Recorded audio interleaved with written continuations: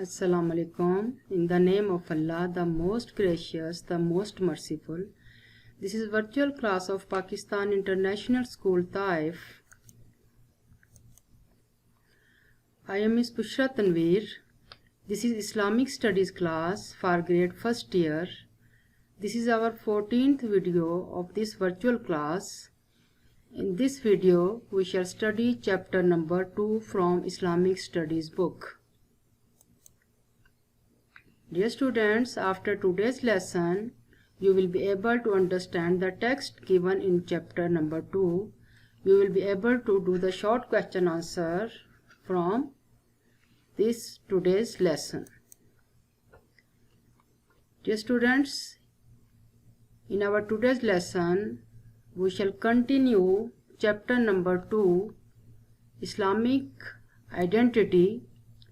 The subheading which we shall study today is Kasb-e Halal, earning by legitimate means.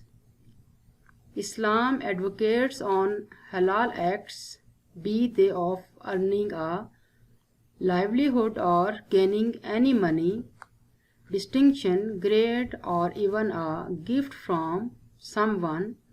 Halal means anything obtained lawfully and in accordance with the prescribed principles of Islam set by the Holy Quran and the Sunnah.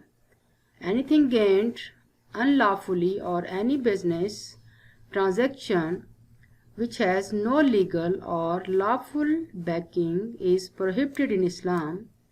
Allah has said at several places in the Holy Quran that a Muslim should not indulge himself for obtaining any gain unlawfully without any regard for Islamic tenets in this respect. Allah says in the Quran, Ya ayyuhar rusulu kulu min tayyibati wa malu salihan inni bima ta'maluna alim. O our apostles, eat of the pure things and work good deeds. Verily I am knower of what you do. Dear students, in our today's lesson, we shall study the subheading Kasb-e Halal. Kasb-e Halal means anything obtained lawfully and in accordance with the prescribed principles of Islam set by the Holy Quran and the Sunnah. Dear students, the explanation of Kasb-e Halal or the passage in front of you on the slide. Lawful earning is a binding duty of every Muslim. Lawful earning means earning in the right ways of Allah Almighty told by the Holy Prophet. Livelihood earned through right ways not only brings prosperity but also causes social peace. About the earning of rightful livelihood, Allah Almighty says in the Holy Quran, it is commanded or ordered to the prophets of Allah, Allah ordered them, eat of the pure things and work good deeds. Dear students, now the next paragraph, the same also the importance of Kasb-e Halal according to the Quranic teaching. Allah says in the Quran, Ya ayyuhan nasu kulu mimma fil arzi halalan tayyibam wa la tattabi'u khutuwati shaitan innahu lakum aduwwum mubin. O mankind, eat of that which is lawful and wholesome in the earth, and follow not the footsteps of the Satan. Verily, he is to you an open enemy. Again Allah said in the Quran, Ya ayyuhallazina amanu kulu min tayyibati ma razaqnakum washkuru lillahi in kuntum Iyyahu ta'budun, O you who believe, eat of the good things with which we have provided you, and keep rendering thanks to Allah if it is indeed He whom you worship. Dear students, in these two ayah, you can see the importance of the earning, kasb halal. Allah said in the Quran, not only for the prophets, also Allah ordered the people that eat from the good things and eat of that which is lawful. In Islam, earning of livelihood has been accorded great importance with reference to prayers and mutual dealings. A prayer is not acceptable in the eyes of Allah Almighty if the worshipper does not earn his livelihood by fair means.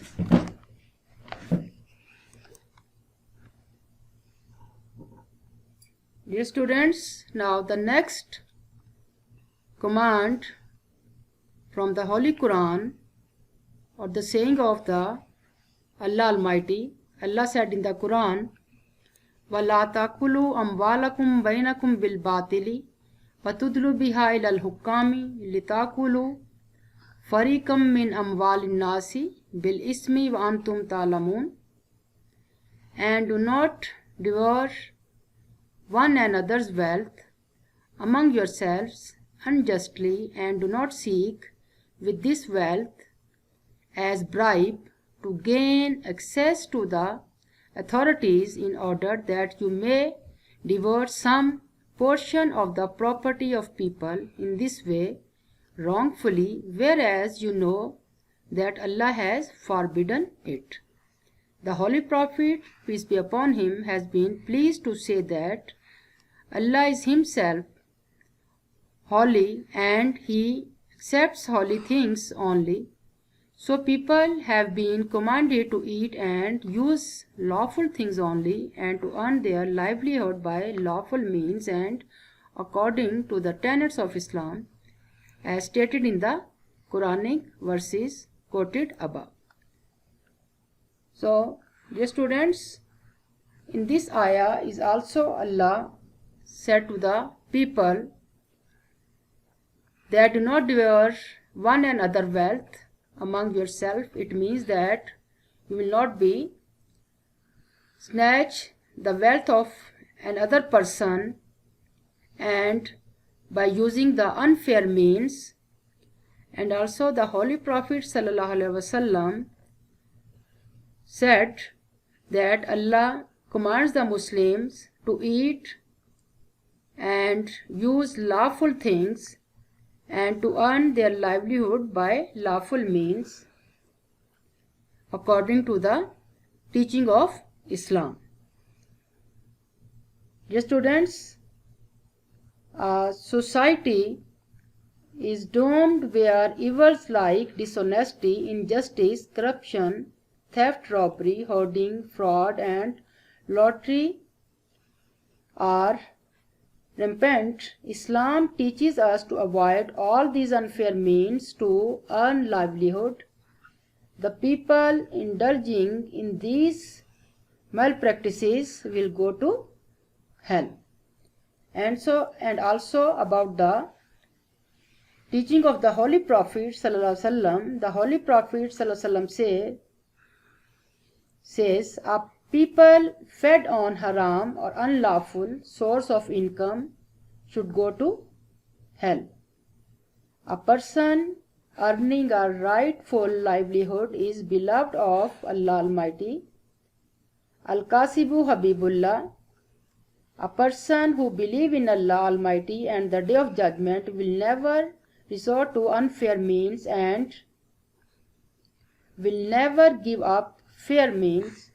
Only that person would adopt haram, unlawful means, that who suffers from an evil misunderstanding that he could earn more than his share fixed by Allah Almighty. Dear students, to avoid malpractices, it is necessary that instead of hankering after a high standard of life, we should exercise simplicity, moderation, and contentment.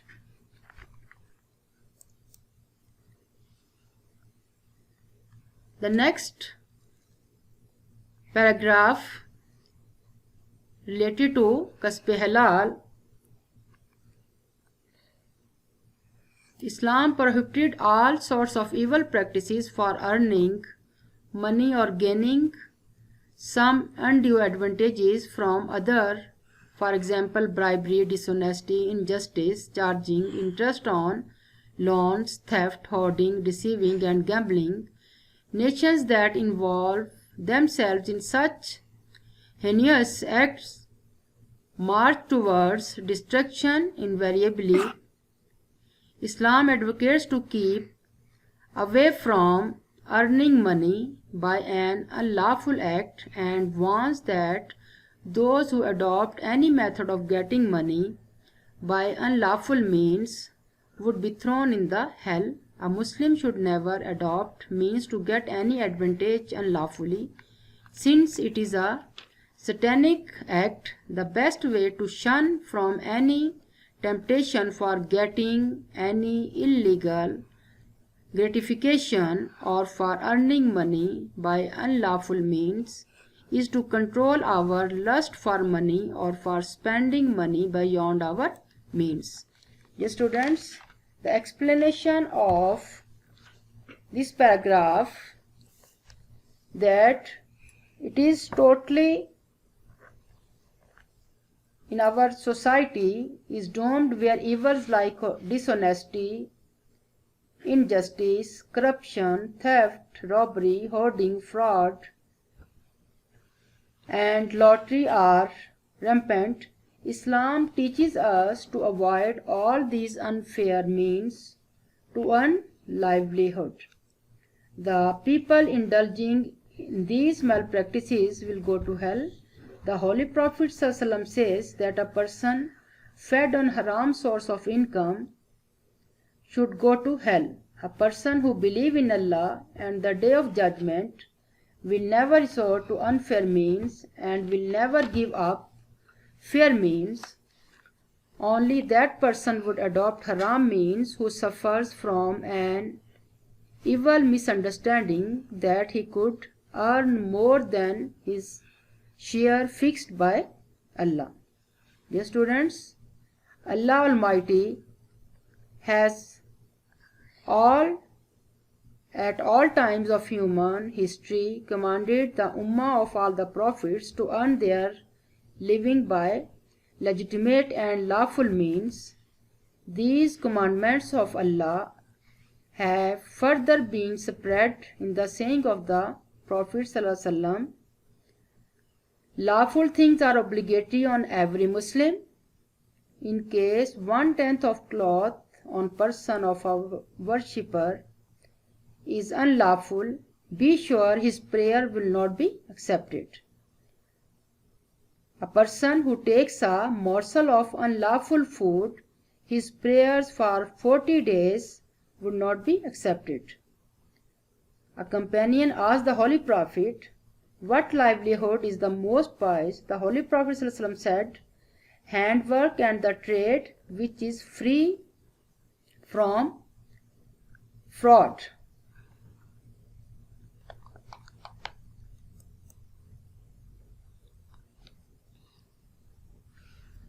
Dear students, now the next subheading which we shall study now, elements of bad conduct. Good conduct secures an elevated position for a man in society, while bad conduct or some vices in his conduct lowers down a person in society and he is devoid of Allah's mercy in the hereafter. Some of the vices that are not only harmful in the development of a person's conduct but are also sinful are given below. The first one, falsehood. Falsehood is a great vice. It is a source of many a social evil. Islam forbids telling a lie. The Holy Prophet says, the Holy Quran says, Allah said in the Holy Quran, Inna Allah la yahdi man huwa kazibun kafarun. Surely Allah will judge between them concerning things where in their different. Surely Allah does not guide one who is most ungrateful liar. Dear students, now in our previous lectures we discussed the good conduct or the good responsibilities which is created the peace and the happiness in the society, and instead of that there is also some bad conduct that we shall study now in our today's lesson. The first one is first of all we discussed about the bad conduct. Good conduct may make man successful and happy in this world as well as in the world hereafter. Similarly, there are certain bad and base morals which turns man into an animal. He is deprived of blessing of Allah in the hereafter. The Muslims are expected to adopt good morals and avoid base morals which damage the character and the personality of man. The first thing which we shall study now, that is lying. In Urdu it's called jhoot. Lying is itself an evil, but it causes many other moral evils also. Lying has been very strongly condemned in Islam. A liar deserves the curse of Allah. Our Holy Prophet was asked as to which action took us to the paradise.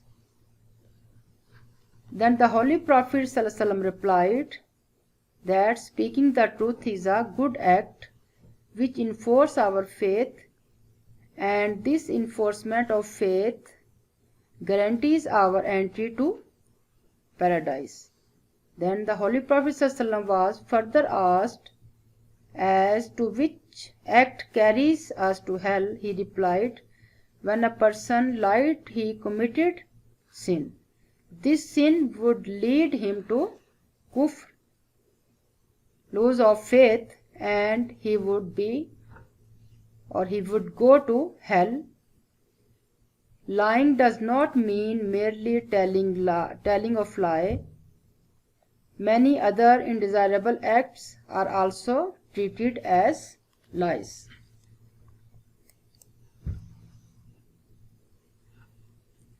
Yes, students, there are other few verses related to the lying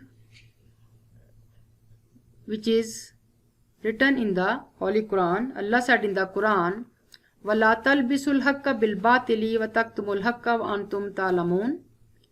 And do not confound truth with falsehood, and conceal not the truth while you know. Again Allah said in the Quran, Ya ayyuhallazina amanu lima taquluna ma la tafalun, kabura maqtan indallahi in taqulu ma la tafalun. O you who believe, why do you say that which you don't do? Most hateful it is to Allah that you say a thing which you do not do. Dear students, in this ayah is discussed about that the Allah said that always speak the truth and not confound truth with falsehood. And also Allah said in the Holy Quran to the believers that why do you say that which you do not do? It means that each and every time we should speak the truth, and it is a good moral conduct.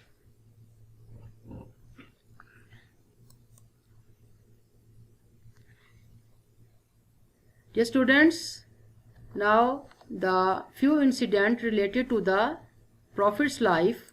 Once a person said to the Holy Prophet, "Pray, what acts may entitle a person to go to paradise?" "Speaking the truth," was the reply. "When a person speaks truth, he does an act of virtue. He enhances his belief in Allah and His commandments, and this entitles him for a place in the paradise."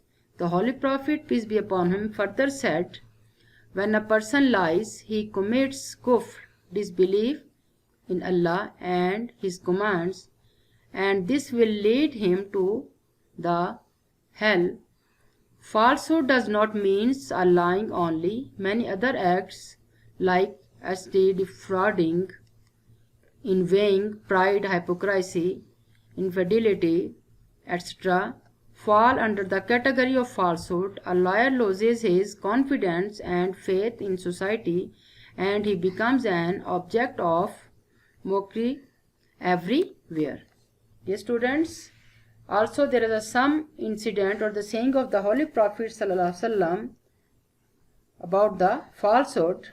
Once the Holy Prophet ﷺ was asked as to which action takes us to paradise, he replies that speaking truth is a good act which enforces our faith, and this enforcement of our faith guarantees our entry to paradise. The Holy Prophet ﷺ further asked as to which action carries us to hell. He replied, "When a person lies, he commits a sin. This sin leads him to kufr, and he will go to hell." Lying is one of the signs of a hypocrite. Truth saves the human beings from every trouble, and falsehood results into their destruction. Again, the Holy Prophet ﷺ said, "As-sidqu yunji wal kizbu yuhlik," means that the truth leads the person to paradise and the falsehood destroys the person. Dear students, lying does not mean merely telling of lies. Many others undesirable acts also treated as lies. For example, to capture goods belonging to other person by unfair means, giving short measurements, taking bribe and exercising hypocrisy. The Holy Prophet also declared that ostentation as a kind of lying. Lying puts an end to mutual trust and confidence and makes social life very complicated. The Muslim should avoid all kinds of lying. These are the teaching of the Holy Prophet, or the instructions of the Holy Prophet to the Muslims, or it is our duty that we should follow the teaching of the Holy Prophet ﷺ and try to implement this in our daily life. Dear students, in our previous videos we shall